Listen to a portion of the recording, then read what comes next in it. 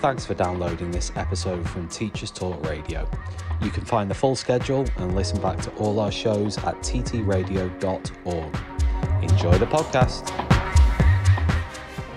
This is Teachers Talk Radio, and you are listening live. Hello, welcome to tonight, the 5th of May's Twilight Show with me, Maxine. This evening, we're going to be thinking about all things barriers. What's getting in your way? What's holding you back? What's stopping you from reaching your goals? What is stopping you from being the best version of yourself? All things barriers. This is Teachers Talk Radio, and you are listening live. Tune in live at ttradio.org, or to join in the conversation, download the Podbean app and search Teachers Talk Radio. Follow the hashtag TTRadio. Tune in, talk it out with Teachers Talk Radio. Thank you. Great to be with you here this evening to think about all things barriers related. So we'll think about our own barriers. We'll think about what it is that holds us back. And let's have a think as well about what might actually be holding other people back. What about those young people, those students, those children, those pupils, whoever it is that you work with? What's getting in their way? What's stopping them from being the best that they can possibly be, from achieving, well, their goals? Do they even know what their goals are? I'd love to hear from you about all things barriers. So let's have a little think, and let's hear from that fabulous jingle again. Just a moment, bear with me.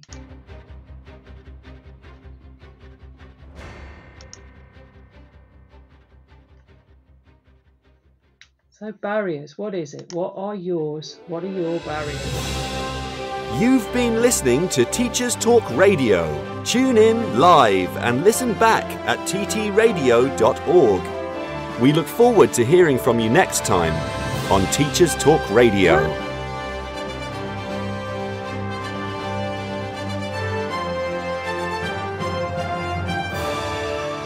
Well, slight technical error there. It's not the end of the show. In fact, here we are. We're just at the beginning. This is Teachers Talk Radio, and you are listening live. Hello, thank you. Welcome again. Slight false start this evening. What can I say?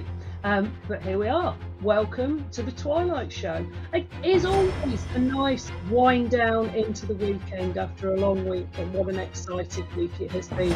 We're here to talk all things barriers. What's getting in your way? What's stopping you? This is Teachers Talk Radio, and you are listening live. Tune in live at ttradio.org, or to join in the conversation, download the Podbean app and search Teachers Talk Radio. Follow the hashtag TTRadio. Tune in, talk it out with Teachers Talk Radio. Well, it has been an exciting week this week on Teachers Talk Radio, and I can't promise to top or even begin to equal some of the excitement and some of the real challenging discussion and debate that's been on. You've been listening. And you still are listening. So let's not just jump straight to the end of the show, which seems to be having a little bit of a jingle nightmare this evening. So let's have a think about barriers, what's holding us back, and what's I've been having a think about what it is maybe in my life that's been holding me back. What is it? What is it that's been getting in my way? And this has been my focus this week on social media, to have a think about all things barriers and to reflect what is it that gets in the way. So this evening, on the Friday night Twilight Show, on the wind down to the weekend, when we start to have a look at barriers this evening, at about 6:45, we have the fabulous Josh Bell, assistant head at the Academy of Central Bedfordshire, and he's going to join us, and he'll be talking about barriers from his perspective. He leads on personal development across the major alternate provision there in Central Bedfordshire, fantastic school, and he he's going to be here and he's going to talk about barriers, both things that he's felt and he's faced, but also having a little bit of a perspective about what's going on there sometimes for some of the students that they work with. And but over there at the Academy of Central Bedfordshire, I can see that listening, we've got Claire in the studio as well. We've got Claire listening in. Thank you, Claire, and hello to you, who we spoke to last week about all things. Hello, Claire. Nice that you've dropped us a little message there. Brilliant. Lovely to hear from you. And again, another brilliant member of staff there at the Academy of Central Bedfordshire. And good to see you're here with us. So, thinking about barriers, thinking about all things barriers, what gets in your way? Which ones of these are real? So, we all face barriers. We all reach times where there is a block in the road. And this week, if you follow me, Maxine _coaching on Twitter, you'll see that I posted a picture of myself actually this week, where I just had a little bit of a reflection as I was driving around and found that my way was blocked on my way home as I was driving about, and it was rather irritating, I have to say. And it was only then when I was running later, I thought, well, let's have a think about barriers. Let's have a think about all the things that actually get in our way. And as coaches and as school teachers, barriers are something that we come across really, really quite regularly. And we always meet students who can't do something. Can they really not do it? Or is that something that is just stopping them? What is it? Is it a real barrier? Is it like that physical roadblock barrier that's there? Or is it something that is actually in their mind? Still means it's real for them, still means it's real for us when we have those barriers. But is it something that we can shift? Is it something that with a bit of work we can move on? So that's what I'd love to hear from you. What are your barriers? Where do you go? What do you think? And I'll tell you a few stories about mine. I'll tell you a few things that I've encountered when I've been thinking about barriers, and with some of the things that I've actually found out, and some of the things that I've reflected on. So this week's blog, all about barriers and all about things that are getting in our way. Just some of the things, again, based on some research, based on some things that I've found in coaching, some of the things that I've found as a school teacher. And again, that is my background, being a teacher and then a head teacher after that. What are they? And I found that these start to come in a few different themes. So I thought I'd talk through some of those, and what I'd love to hear from you. And Clint and Claire, if you're both there, and any other listeners that we've got who are in this evening, I can see that there are a couple online and there are a couple of others as lurking out there. I'd love to hear what you think about this. So drop us a message.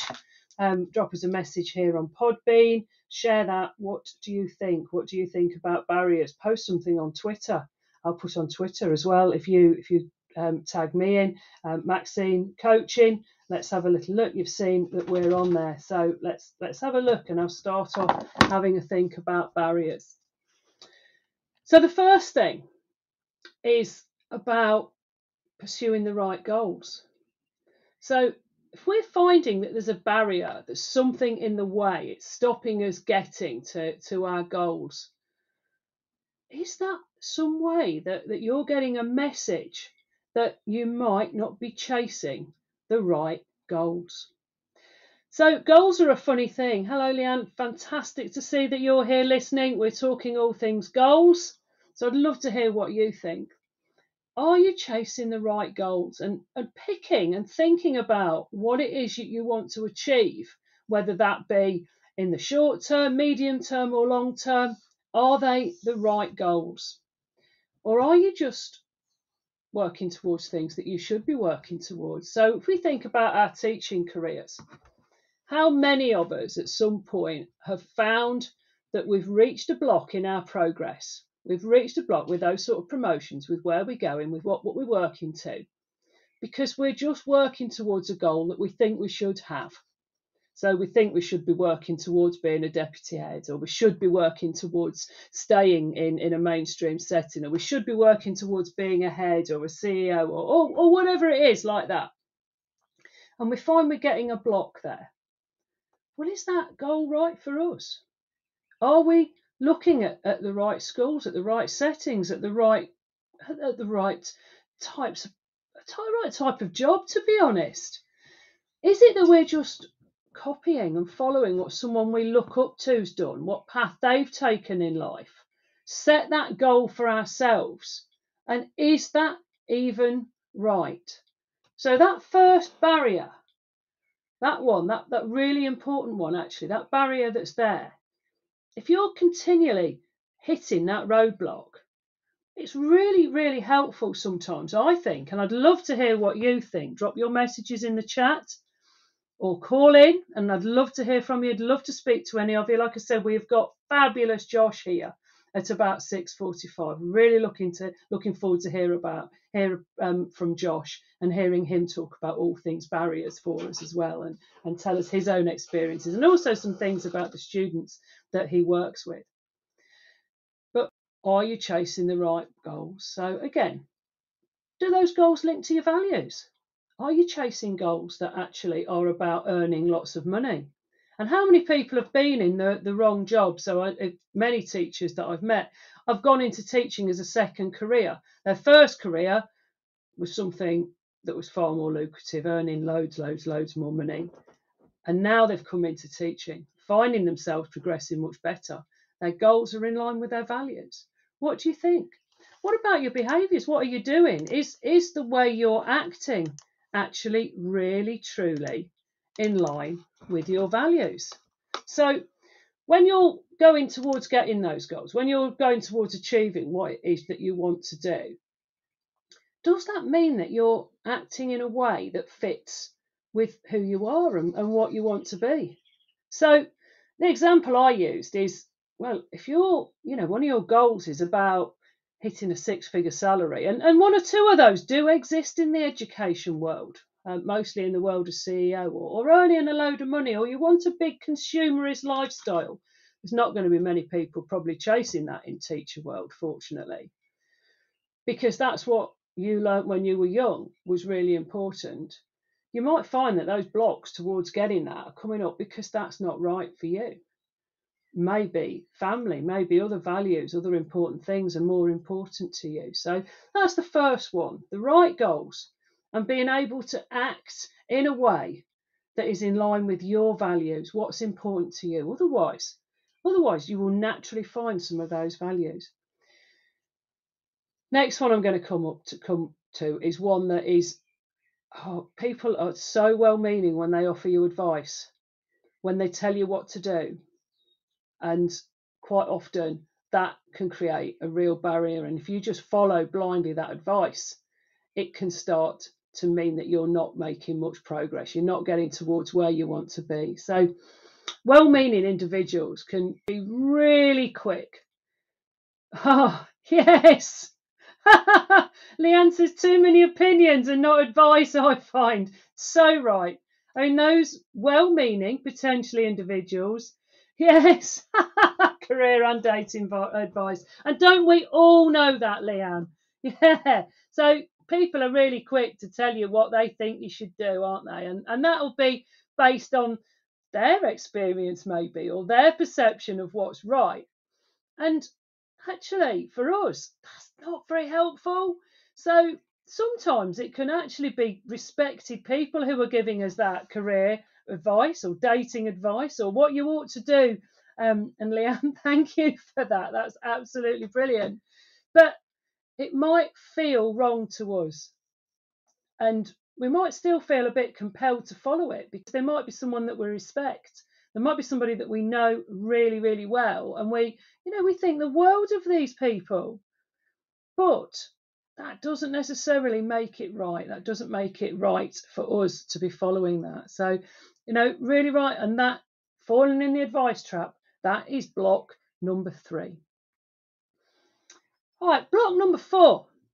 Have you become disconnected from your truth and your purpose? It's a bit like values for that one.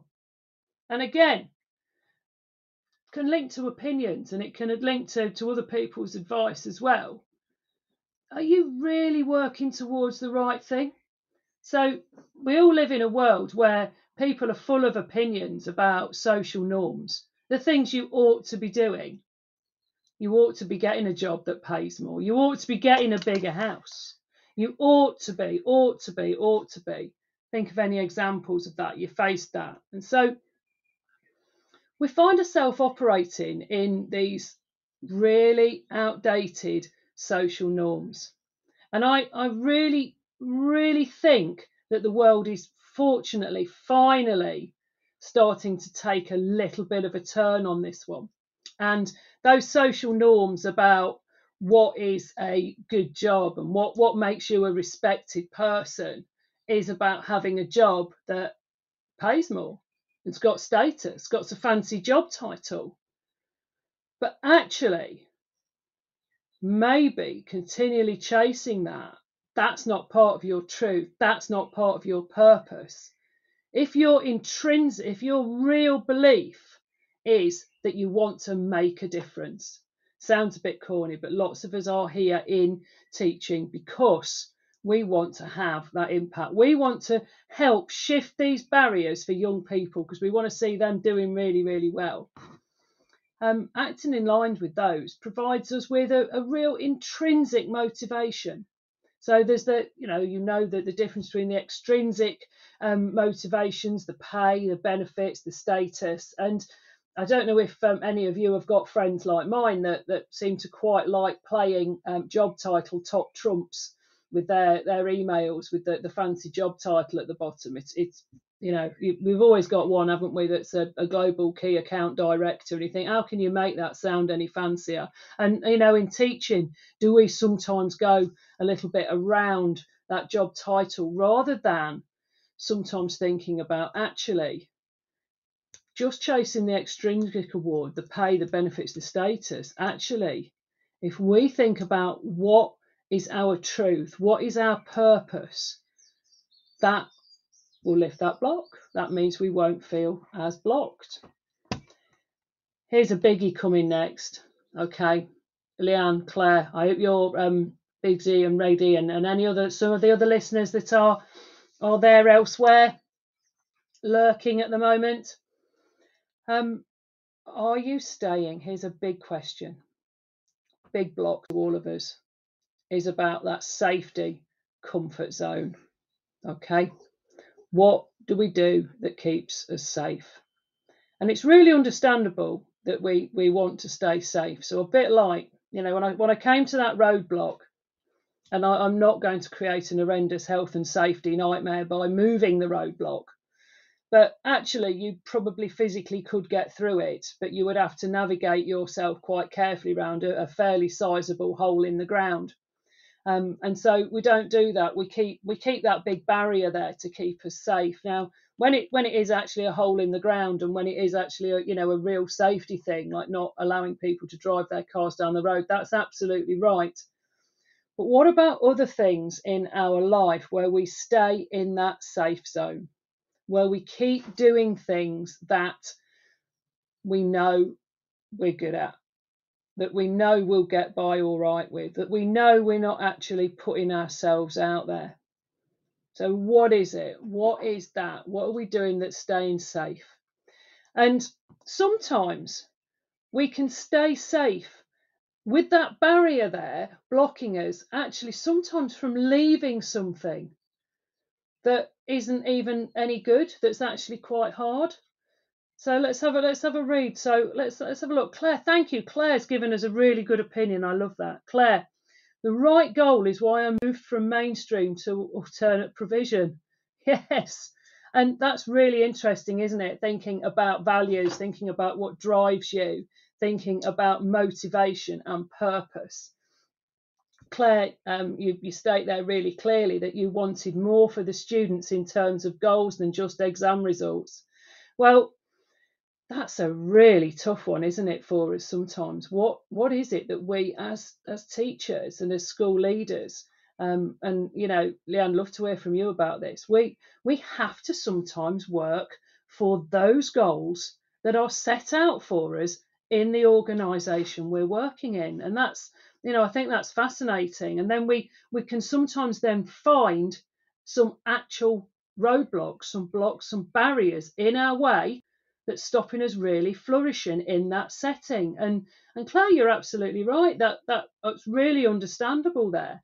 And I think we are in a system that is very much driven around exam results, around clear goals like that, and working towards those. If that's not what drives you in your heart, totally, that move to AP wasn't scary, but changing from a role that you'd done for about 7 years was. But I'm glad you did, though. Totally. And that's fascinating. Thanks for sharing that. That's brilliant. So this whole idea about safety and comfort zone, that can be a huge barrier for us. That can be a real one about holding us back. And you know, if we think about it, our brain's first and foremost job is about keeping us alive. That's the biggest job that our brain should be doing. So it's no surprise that our brain actually stops and puts up barriers that stops us leaving that little safe comfort area. And I'll be totally honest, I've been in roles there that haven't necessarily been bringing me joy and comfort, and I might have found pretty stressful. And I found myself staying and hanging on in there for some time, because there's that element of wanting to stick with it, not wanting to make that change, because that's really, really difficult. I'd really love to hear from you about more of this. So again, really good question that I like to ask people. When you're looking to make a change, and teachers, think about this. What happens if you do nothing? That barrier stays there. And the really exciting question is, what's the worst thing that can happen? And Claire, if you'd asked yourself that when you were moving from being really, really, and you know, from 7 years in one particular job, doing really well, if you stayed there for 7, going into alternate provision, which is a massive step. Ask there, what's the worst you can happen? Ask there, and come back and have a think.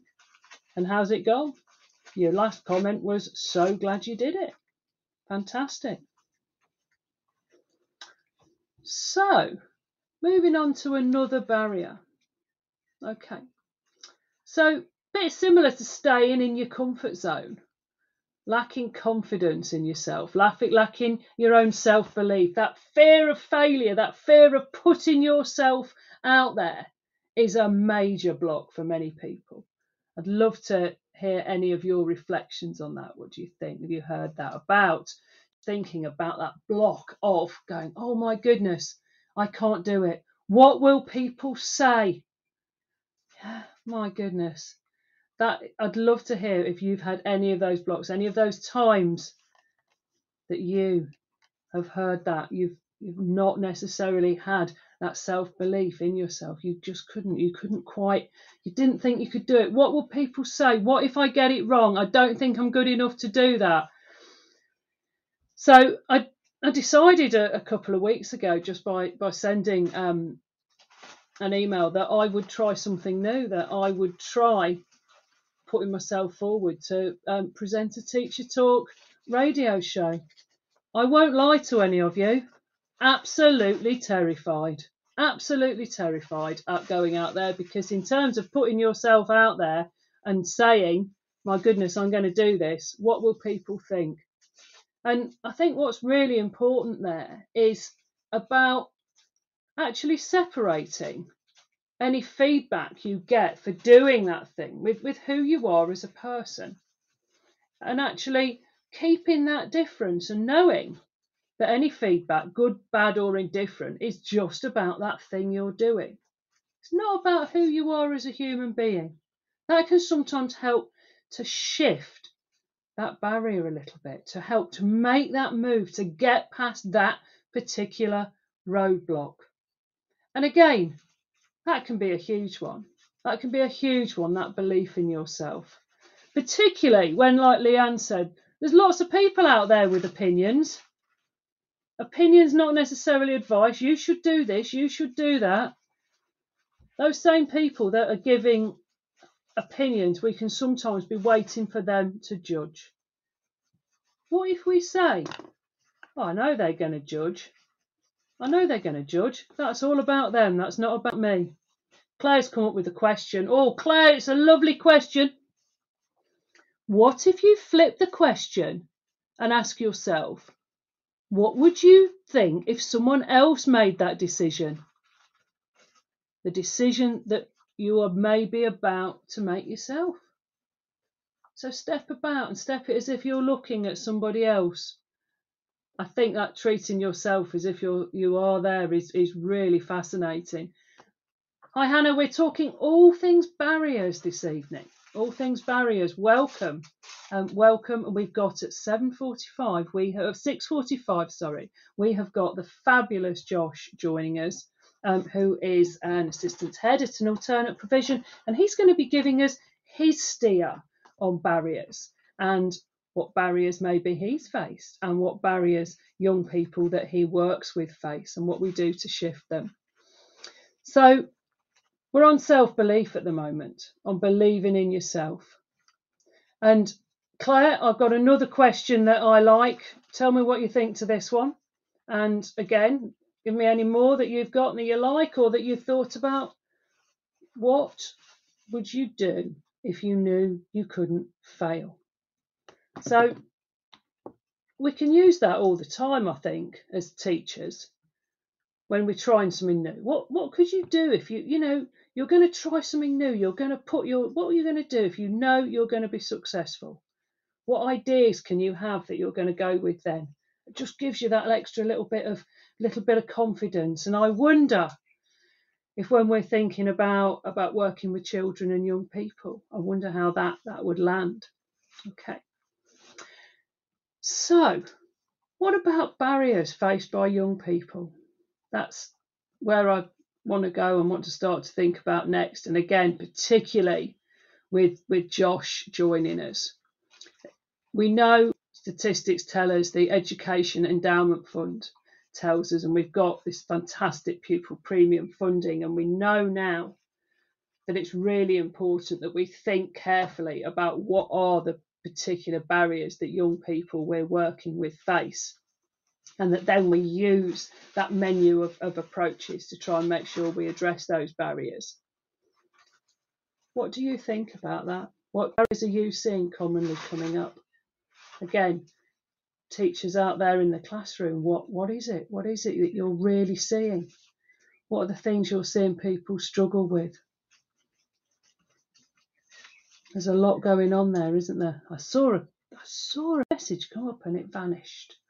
I've missed that one. I hope somebody else will come and bring that on a little bit later.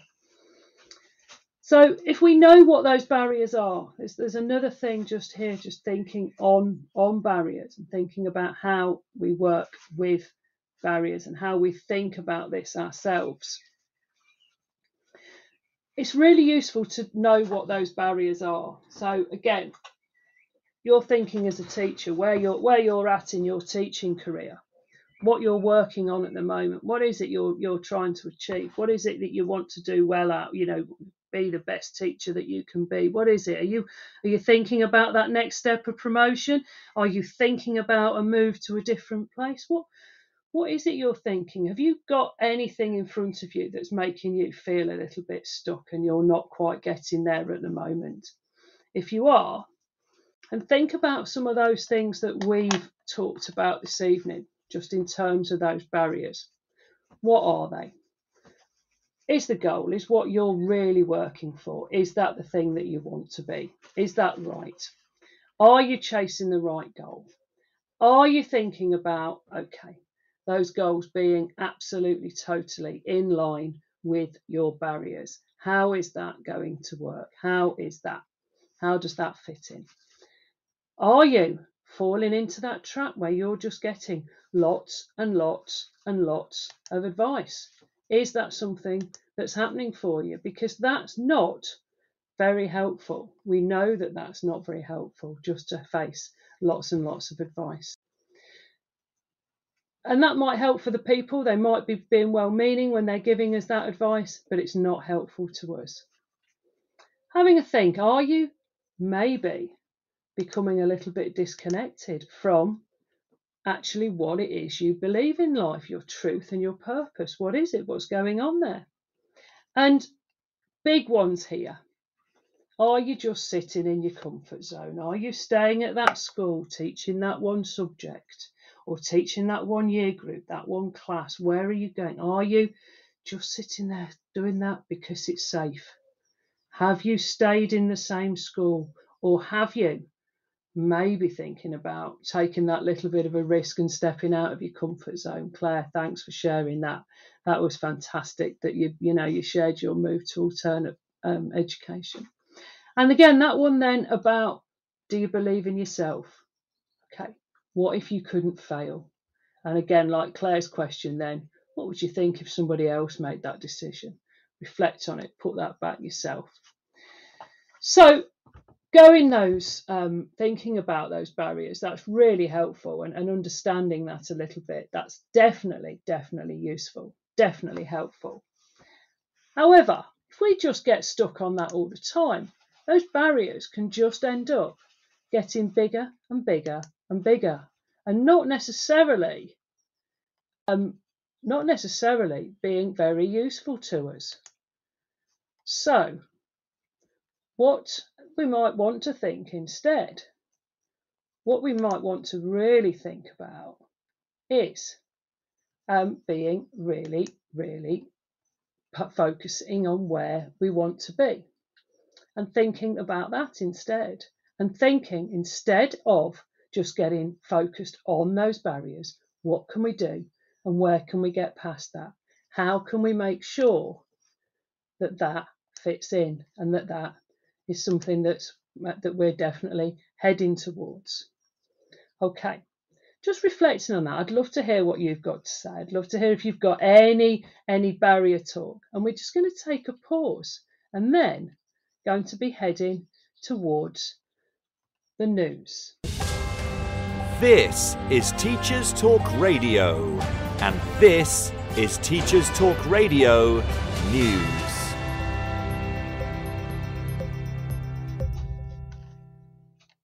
ASCL is due to ballot members for the first time in its history. The 4 education unions will ballot over strike action this term, and, if backed by members, would see action stretching into next year and could lead to full school closures. The government continues to hold its position that the most recent pay offer is fair and reasonable, and that next year school funding will be at its highest level in history. Schools Week covers the further implications of school funding issues in a story about the cuts some head teachers are making. In a survey conducted by the National Foundation for Education Research for the Sutton Trust, it was found that schools are cutting back on school trips, teaching assistants and IT equipment to help balance stretched budgets. Responses from 1,428 primary and secondary teachers show 50% of senior leaders said their school had cut back on trips and outings this year. Schools in the most disadvantaged areas were most likely to be impacted by cuts to trips. The research suggests that in secondary schools, leaders are also cutting back on subject choices at both GCSE and A-level. The Department for Education has estimated schools overall could afford £2.4 billion in new spending between 2022 and 2024 before facing net pressure on their budgets. But the Confederation of School Trusts warned its members could face a prolonged period of financial challenge due to pay rises and other increasing costs if more funding was not forthcoming. The Sutton Trust's poll also showed that some school leaders are using pupil premium funding to plug budget gaps. The report also underlines the issue of recruitment into the sector, with the NFER predicting that the DFE will again miss its recruitment into initial teacher training target this year. Meanwhile, the TES focused on a DFE funding rule change to help schools hit by falling pupil numbers due to a decline in birth rate. Schools that are not rated good or outstanding will be eligible for additional funding. Other changes will be introduced from 2024 to 25, and councils will set expectations around the minimum funding they must provide to support schools with significant increases in pupil numbers. Schools with more than one site will also receive extra funding where they need to duplicate services over multiple sites. Falling birth rates mean there are projected to be 500,000 fewer pupils in English state nurseries and primaries in 2028 compared with 2022. Nurseryworld.co.uk reports on the findings of its recent survey into staff wellbeing around Ofsted inspections.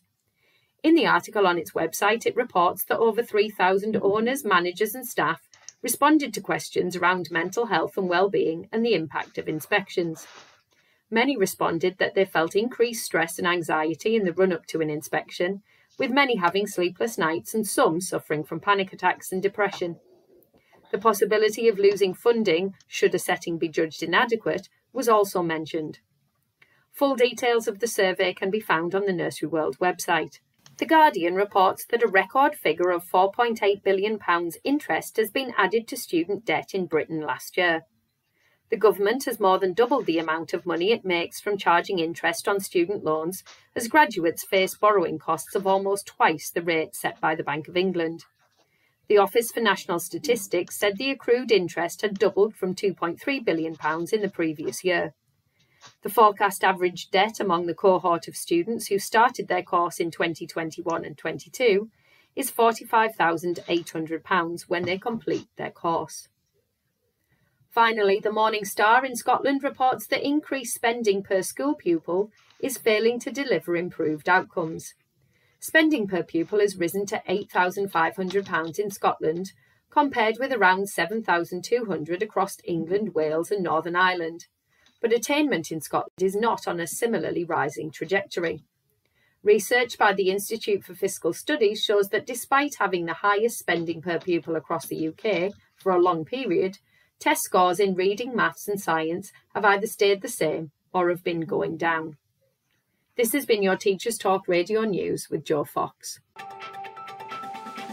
This is 2 Minute Tech with Steve Woods, your tech briefing on Teachers Talk Radio. Hello, this week I'm going to attempt to explain in simple terms how the internet works. Let's take this tech briefing for example. I know every single one of you at some point have thought, how on earth can someone who makes a recording in one part of the world be broadcast globally to thousands of people and there be very few errors? I won't even go off when you go under a bridge, although I did give Tom Rogers a lift once and can tell you he's so radio he stopped talking when I drove through the Mersey Tunnel. For the internet to work, a way of allowing people to simultaneously use the same cables had to be created. The traditional phone call method could not be used because this would limit the number of users. If computers made a dedicated connection like a phone call does, then there'd be a lot of waiting going on. Imagine if you had to wait in line for a download. You are 457th in the queue. Your download is important to us. Please listen to this monotonous music while you wait. It simply wouldn't catch on. So, what happens? Data is transmitted in a similar way to the postal system, just a lot quicker. Right now, this podcast is arriving on your device in a series of packets. Packets are really small chunks of data that can be sent from device to device via routers. Without getting too geeky on you, the host server gets a request from you when you press play. The request says, start sending me the packets of the audio chocolate you know as Steve Woods' tech briefing. And like chocolate,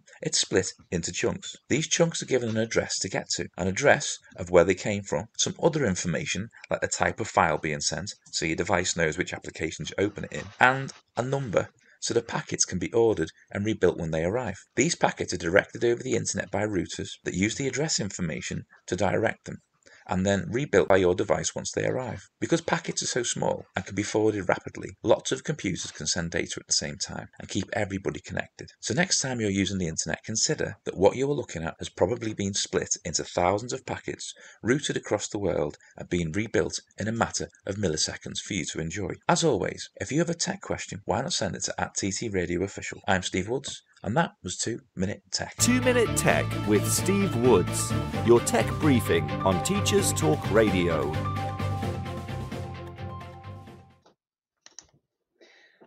Well, how appropriate to have a tech briefing after my minor tech barrier there, and fascinating to hear that actually. That's great.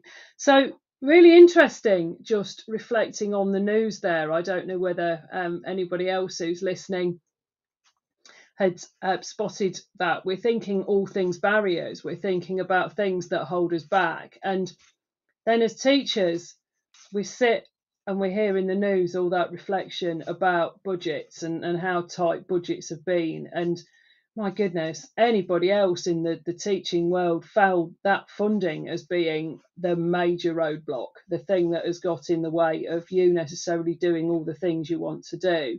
And something that jumped off the page for me, and I'd love to hear what you think about this as well, something that jumped off the page there for me was around that pupil premium funding, when it just put out that school budgets have been so tight that some schools are just using them to plug gaps in spending. And now that EEF research about barriers and the menu of responses and thinking about the specific barriers to the students in your school and how to actually get the best for children, when we've then got those constraints, and some schools are having to really think about how they're filling in and doing some other things then with that pupil premium funding. That's really challenging, isn't it? And again, helps us to think a little bit more about barriers.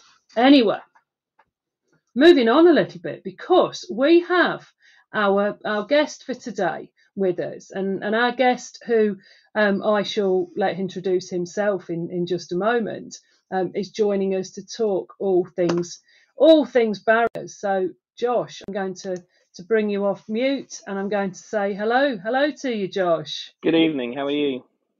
I'm well, thank you, Josh. How are you? Yeah, very well, thank you. Happy Friday, long weekend ahead. Yes, exactly. And a short week as well, to be fair, so not too bad. Okay, short week and long weekend. So again, we are officially on that wind down into the weekend, which is fantastic. Good to hear from you, and really, really pleased. Thank you for being here this evening. So, Josh, if you could tell us a little bit about yourself, about your school, what it is you do, and then I'm going to ask you some questions about your thinking about barriers, Josh. So yeah, go on, Josh. Tell us a little bit about who you are and what your role is. No worries. So I teach at an alternative provision called the Academy of Central Bedfordshire, which is an alternative provision secondary school serving students from year 7 to year 11. And I've been at the school since I was an NQT, so this is my 8th year in teaching. So I actually did my NQT year at the ACB, which in itself was a challenge. And there were lots of, I suppose you could call them barriers at the time for me then as well, because it was, it's a challenging environment to work in at times. But, I'm a PE teacher by trade. And I was a PE teacher ahead of year, and then head of department, and now I'm the assistant head teacher in charge of personal development. Wow. So yeah, it's been a roller coaster of a ride for the last 8 years. It's a fantastic place to work. Yeah. It's an extremely rewarding job. It does have its challenges, it does have its barriers, but in the end, it is a brilliant place to be able to work and to be able to, it sounds a bit cheesy, but to make a real difference to the students' lives that we get come through our doors. And that bit about a real difference, that's make no apology for any cheese with that. I'm quite happy to provide the crackers to go with that cheese, Josh. Make no apology whatsoever. And it is a fabulous place where you work. I know that, and you make a real difference, and you help every day lifting barriers out of the way for young people. So we'll talk in a minute about barriers for young people and barriers for you. But first, a reflection on that career. That's a really unusual career. By definition, there aren't many alternate provisions out there. And so somebody starting their career as an NQT in an alternate provision is something that's a little bit different. So aside from the other things that we're going to talk, barriers, tell us a little bit about what took a student, a PE teacher, into alternate provision in that starting point. So it's funny really, because I was actually working at the end of sort of my university degree, I was working Yeah. at Centre Parks, and I actually spoke to someone in the restaurant, and he was like, "Oh, I've got." It was at the time when I was looking for jobs. And he was like, "Oh, I've got a PE job available. You should come and have a look." He did tell me at the time that it was alternative provision. Yeah. And if I'm honest, I didn't know loads about alternative provisions. I was a bit naive, and I didn't know that these sorts of schools even existed, if I'm honest. Which, looking back now, I think, wow, now I've been there for so long, I can't believe I didn't know they were about before. But I think it's one of those environments that you either love it or you don't. Yeah. For me, I absolutely do. Sorry, go on. No. I don't want to interrupt you. You're our fabulous guest, Josh. Keep going. No, that's okay. It's just that as soon as I went for a tour, I just saw the real desire that the teachers had at the time, and the extra mile that they went for students. I've been on placements in many mainstreams and seen some brilliant practice as well. But I just saw something a little bit different about the ACB. And that's what made me apply. And I was, thankfully I was successful at interview, and the rest is history now. To be fair, I haven't looked back. I've been able to progress well, and I've had lots of great opportunities, which has been fantastic. And the school has grown. The school was only 2 years old when I started, and we're celebrating our 10th anniversary this summer. Which is fantastic. And the school has come such a long way over the years. It's come on leaps and bounds, and it's improved, and we've grown in terms of staffing and student numbers. We're the busiest we've ever been at the moment in terms of how many students we actually reach out to, and how many students we have through our doors, and also the ones that we don't have through our doors but that we help through other means in terms of home education and other bits and bobs and stuff like that. So the school's grown massively, and I feel like I've potentially grown with it, which has been a great experience for me. Well, that's a really fascinating story, actually, Josh. So I think most of our listeners will probably be familiar with the idea of an alternative provision. So your provision, the Academy of Central Bedfordshire, is an alternative provision free school, which was actually set up. All your governors are head teachers, which is quite a scary prospect, I should think. Yeah, they are. Yeah. You serve children with a variation of different curriculum models who have not been successful, or for some reason are really struggling with mainstream. Some are there with you full-time, some part-time, if I'm right. You are, yes, yeah. We have some full-time, some part-time. We have some that have unfortunately been permanently excluded from their mainstream school, and we have we'll have them for X amount of years, and then we have some that come to us on what's called a Group 2 package, in which for whatever reason it's not working in their mainstream at the moment, and to avoid that permanent exclusion on their record, they might come to us either full-time or part-time, and they access our curriculum, which is more vocationally based in terms of subjects, and they can access those more practical, hands-on areas of the curriculum. And the smaller class sizes and everything else that goes with it just helps them. It helps them to be able to cope with school, rather than in their mainstream setting or their other setting where for whatever reason it's not quite working out for them.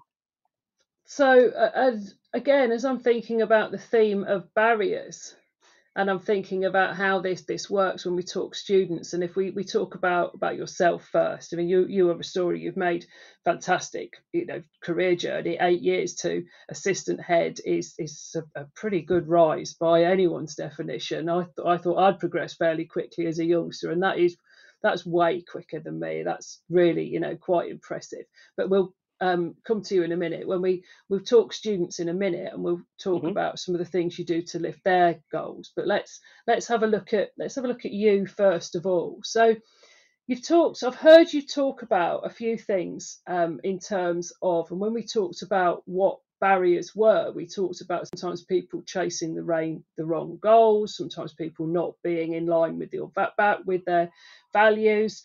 It seems to me that you finding your way in this alternative provision, with some of the things that you've just said about what you saw about the other teachers when you were there, has helped you not have those barriers, because you are able to work in a school that's really in line with your values, that's, you're really connected with your truth and your purpose. That's the way that feels. Tell me a little bit more about how that lands with you and how that feels. Yeah, I mean, in terms of values, our school values are achieving, caring, and belonging, and Okay. they all, they all linked for all of our students and staff that, we are all there to achieve together, not Yeah. just academically, but as people. Yes. And the sort of caring part comes for, the students, unfortunately, for whatever reason, in some circumstances, maybe are not cared for or haven't been cared for in a particular way throughout their childhood. And us as staff, I think, a big part of, what we stand for as human beings at the school is that we really care about the students, and you Yes. can't work in that environment if your heart's not in it. No. And to what extent do you think being able to actually, you've mentioned your heart, very much heart led, to what extent do you think that having a role here where it is very much in line with your values and you're led by your heart, to what extent do you think that that's helped you make such rapid progress to where you're at today? Yeah, I think, part of it has been that, the school's grown and I've been very fortunate to have all these opportunities. But at the same time, I think because my heart has been in it from the start, I have been able to, bring across, my passion for education and my passion for wanting to help our students, and, seeing them, every day and seeing their vulnerabilities and stuff like that, really lands with, the staff that work at the ACB. And, that's, something that we work towards every day, is just to try and make their day a good day. And that's, we take it day by day. Each day is different at the academy. There are no 2 days the same, that is for sure. And yeah, for me, I think it's just been about, I've been very fortunate to learn from some very good practitioners that are still at the academy. Some have left. I think back to the deputy head teacher that was there when I first started. Yeah. And he was a PE teacher by trade as well, and I sort of looked at him and looked at how he managed himself on a day-to-day basis and stuff like that. And the head teacher that's there now, the same. And a few other members of staff. I've sort of been fortunate enough to be able to learn from quite a few members of staff along the way, and I've had some good guidance and stuff like that. So, that's helped me along my journey anyway.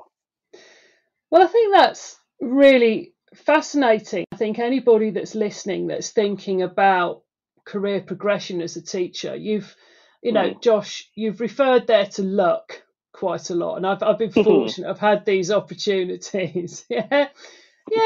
Those opportunities have arisen, and they've been ones that have fitted where you are. And you've talked about working with these role models that do align with who you are and who you want to be. But you've taken those chances and you've taken that learning.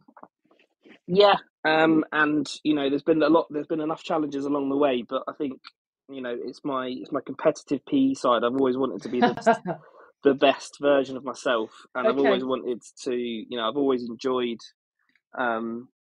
being presented with challenges and opportunities, and it's been a lot of hard work along the way, and there's a lot still to go. But I think if you put your mind to something, and your heart's in it and your head's in it and everything's right for you at the time, then those opportunities can grow. And I think that is such a valuable lesson for anybody who is listening, who can hear from a really values-driven young leader about how they made that progress.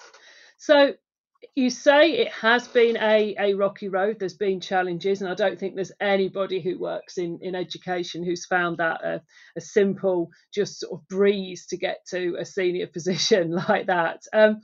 What barriers have you faced, and how have you got over them? What challenges, what barriers have been there, do you think? I mean, looking back to when I first started at the school in 2015, the time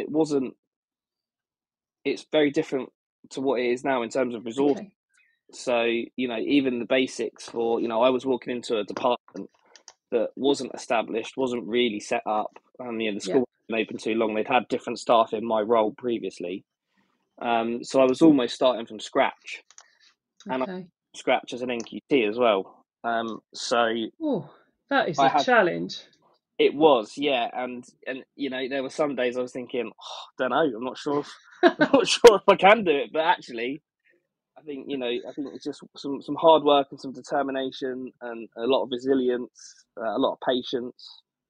Okay. I was just thinking back to when I first started in terms of just the basic equipment we just didn't have.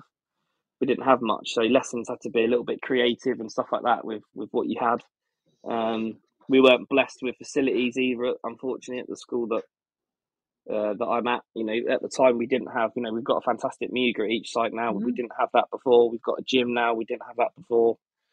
And then there was the challenge of being an NQT in an alternative provision. I hadn't worked in that setting and environment before.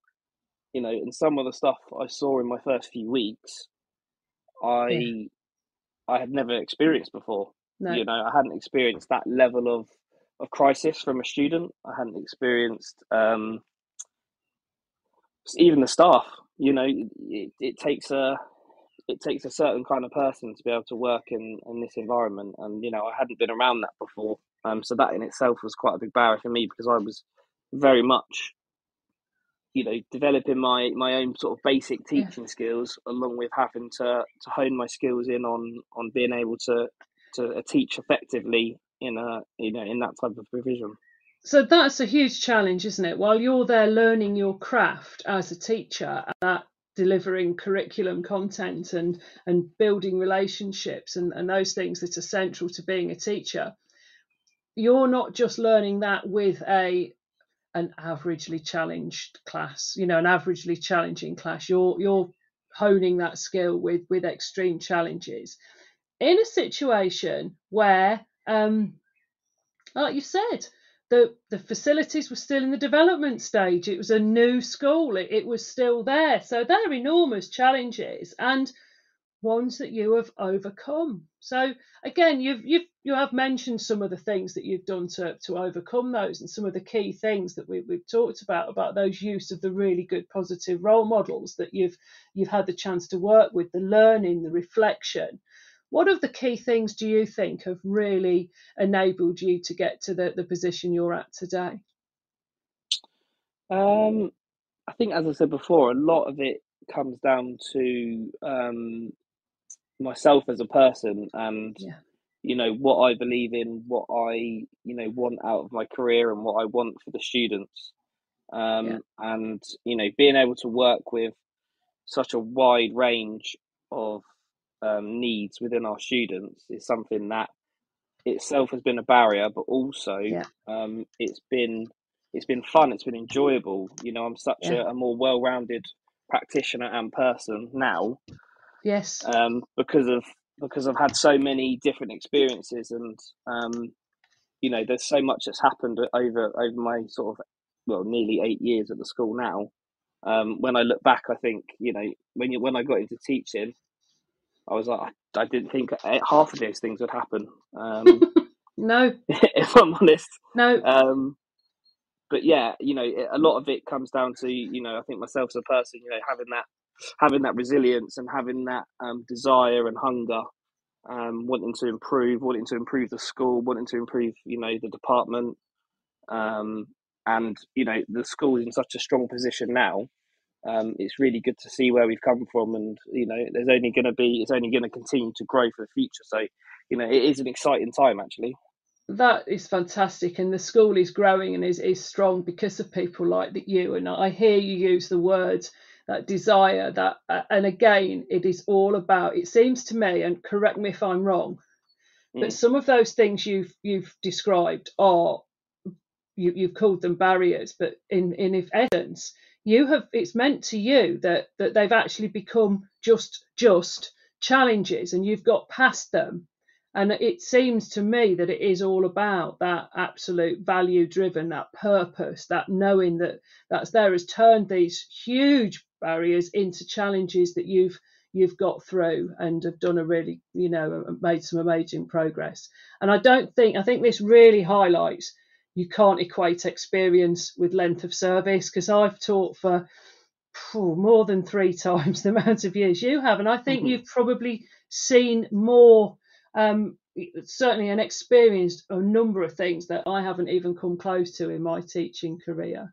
So what do you think about both of those things, the experience and length of service, and also that values really pushing those barriers out of the way for you and letting you get on?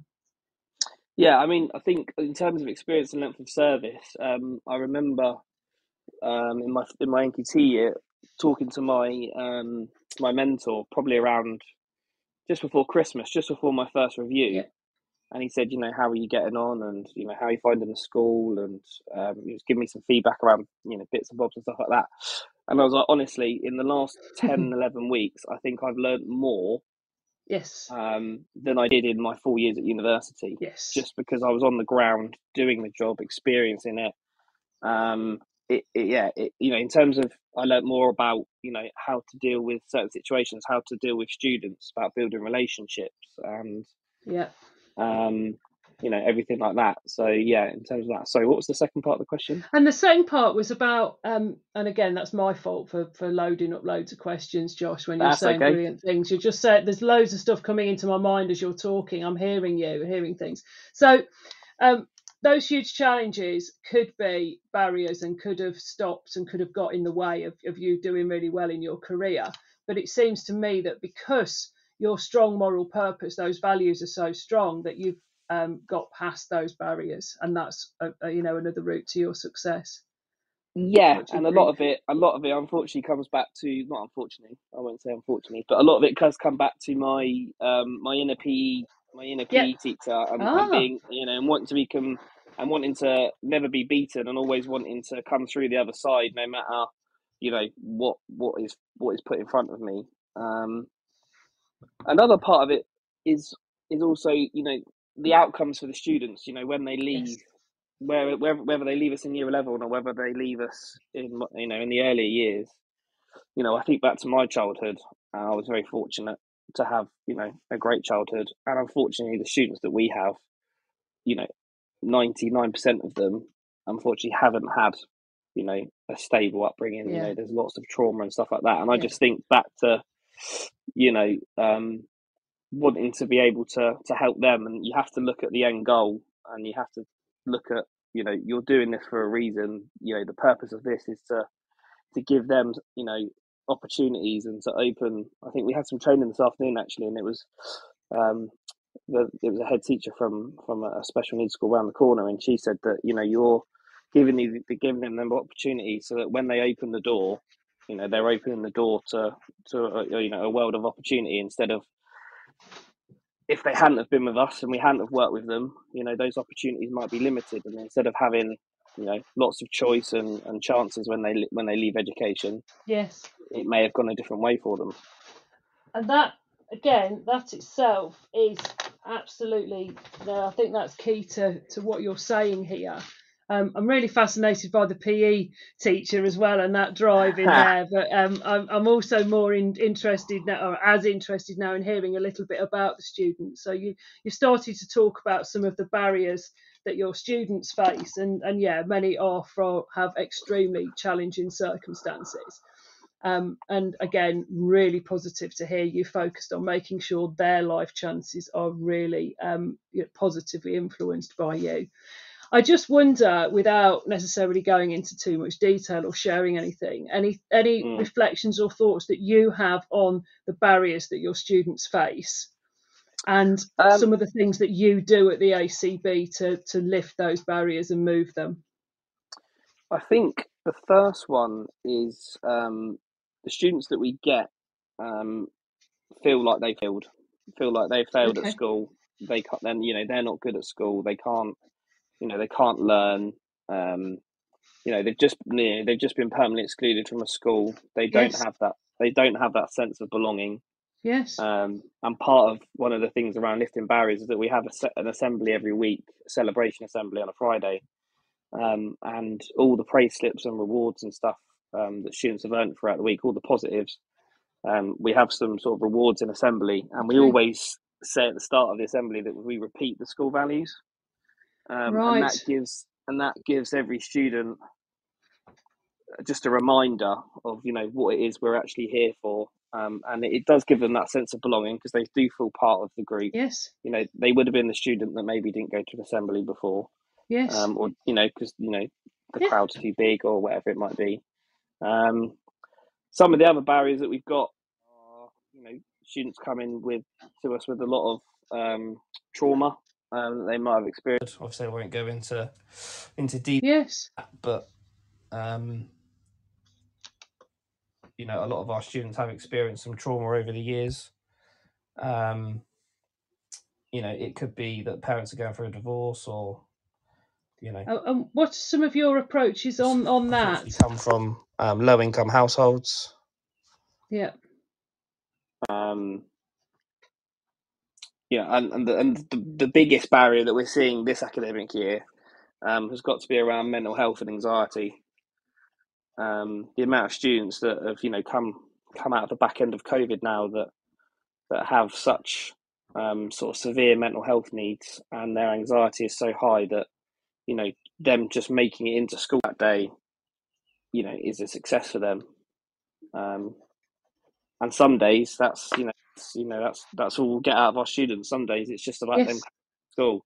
And so that's their measure of success. So what I'm hearing about you're addressing these barriers, and then I'll come back to you and hear a little bit more about that, is there's that feel like they've failed because they've already been kicked out of school, and you then work really strongly to address that fear of failure, and part of that is about emphasising this success, and that also feeling that they don't belong. And if you've been excluded from one school, and we absolutely get that schools need to make that permanent exclusion decision sometimes. Yeah, of course, they definitely do. Totally. And I ex-head who has made that decision as well. And I know different opinions do exist, but then there will be that not feeling of belonging, and you through your assemblies and through your work build that. And I think you've obviously also alluded to trauma and also challenges that come from low income, and then you've referenced mental health and anxiety, and I know you'll have more complex things going on to support individuals, but that's really interesting what you've just said then about setting achievable measures of success. And if just getting into school is your achievable measure of success, tell me a little bit more about that and how that works with lifting barriers. Yeah, I mean, we actually had a discussion with a colleague earlier today, and they've been struggling with a student recently, and today they made it into their classroom. Yes, that's the first time they'd made it into their classroom in 2 weeks. Yes, and we were celebrating that as a success, and I know that some people might be listening and thinking, wow, if that's your level of success. But unfortunately, for some of our students, that is a big thing. It can be a big thing. Totally. Some of the other things we do, we're fortunate that we are on a much smaller scale, so they do get more intense one-to-one support. We do have a very good pastoral team that sole job is to pick these students up when they're feeling dysregulated and when they are maybe not in the mood for school that day, shall we say, and they then put them into a place and put them into a mindset where they can go into their lessons and they can access their learning. So you lift that again, that's about that lifting the barrier, isn't it? That's about addressing that dysregulation and then getting them so that they then can start to access that learning. Yeah, and the biggest part of that is relationships and building relationships. Oh, right. Being able to build that trust with a student is absolutely imperative. As I said sort of earlier around the failure sort of thing around they haven't succeeded in education, or they've had a negative experience in education. They don't trust teachers, and yes, they probably have been permanently excluded for a very valid reason. That is, I would personally never argue with that. It's just that within our setting, we have to work with them to try and give them a positive experience of education, and building relationships and building that trust is basically the foundations for everything that we do. Because without that, we can't really make any progress. But once we've got that, that's when we can start to see real change within the student. We have lots of students that come to us that after sort of like a week or so, their parents are calling up saying, the student comes home from school smiling, or the student comes home and tells us about our day. Success. We've never, they've never, these parents and carers have never had that from school from their child before. It's those little bits that, we like to, we like to start the day with, in briefing, with these sorts of reminders for staff, because, it can be a tough and challenging place to work. It's not easy at times, but having these little reminders of all these little small wins that we get, I think that's absolutely key, isn't it? You've talked there about trust and relationships as being something that lifts those barriers for those children and those young people that you work with. And then you've also just talked about reminding your staff about those wins and about how that then is really making a difference, which is really important for barriers for them, I think I've heard you saying, Josh. Yeah, definitely. Because if we've had a challenging, we might have even had a teacher might have had a challenging lesson, or we might have had a challenging afternoon or a challenging day, whatever it is. Those staff come back the next day and they're there to then do it all over again. And we don't hold. There's no holding of grudges. There's no, all we do is we work to repair that relationship with that student. And then, these sorts of, the small wins, we call them, they build up to something bigger. And that gives, I think that just gives the staff team, the confidence and the ability to be able to go, back into lessons and back into the corridors and back into school, and to do it all over again that day. Because in a long half term, if it's been a tough couple of days, job. It's a challenge. It's a challenging job, and you are doing an absolutely amazing job. And it's been fascinating hearing about your own journey and how you have really navigated barriers, made them challenges, got past them, and you do the same for young people on a daily basis, and the staff that work with you, of course. So you have been the most amazing guest, Josh. Any final words on barriers as a sort of summary and parting, and I'll let you get on to enjoy the rest of your evening. Thank you very much. I'm guessing sort of a final word would just be around resilience and remembering that, remembering what the end goal is, remembering that, the reason and the purpose that you got into teaching. And, hopefully that can give you the determination to overcome anything that comes across your path. Josh, what wise words. And I think resilience there, that certainly is flagging up with me a whole new potential show topic, should we be invited back to do any more. And I love that about remembering the end goal and remembering what you're here for. And I wonder if throw that open to listeners. Yeah, when you're blocked, when you've got barriers, when it's all really challenging, why are you here? Why did you come into teaching? Yes. Yeah, Josh, exactly. Thank you so much. You have been absolutely amazing this evening, and it's been an absolute privilege to have you on the show this evening. Thank you so much. No, thank you so much for having me. I really enjoyed it. Thank you very much for the opportunity. Good. I'm so pleased. Lovely. Okay. Bye-bye, Josh. We'll say goodbye to you right now.